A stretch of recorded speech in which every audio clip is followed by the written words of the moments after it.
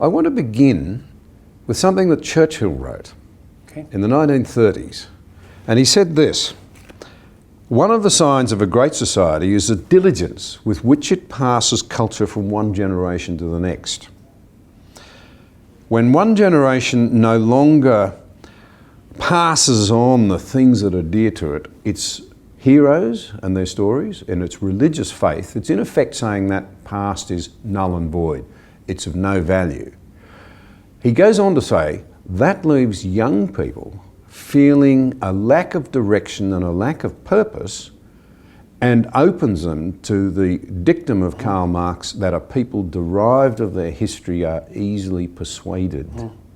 Have we stripped our young people of purpose and meaning and left them open to being bullied around? Well, there's two things about that I think are really worth laying out. The first is an analysis of the purpose of memory.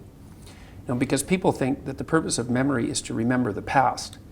And that's not the purpose of memory. The purpose of memory is to extract out from the past lessons to structure the future. And that's the purpose of personal memory. And so you're done with a memory when you've extracted out the information that you can use to guide yourself properly in the future. So if you have a traumatic memory, for example, that's really obsessing you, if you analyze that memory to the point where you figured out how you put yourself at risk and you can determine how you might avoid that in the future, then the emotion associated with that goes away. So memory has a very pragmatic function.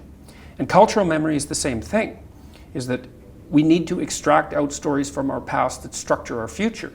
And we need that because, well, first of all, if you don't have a purpose, let's say, it isn't that your life becomes neutral in a meaningless sense.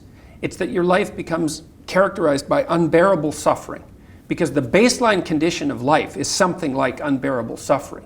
And what you have to set against that is a noble and worthwhile purpose.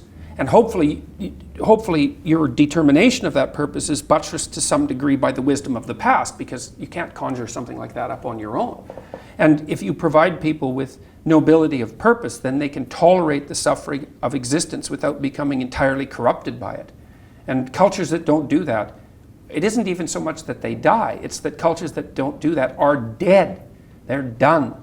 They don't have a story anymore. And they don't have a call to adventure. And then everyone suffers stupidly as a consequence. It's a very bad thing. So Churchill made the same observation that many of the great psychologists and philosophers made in the early part of the 20th century.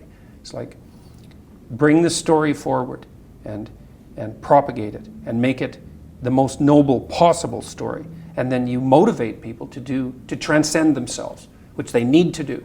So yes, he's exactly right in his diagnosis.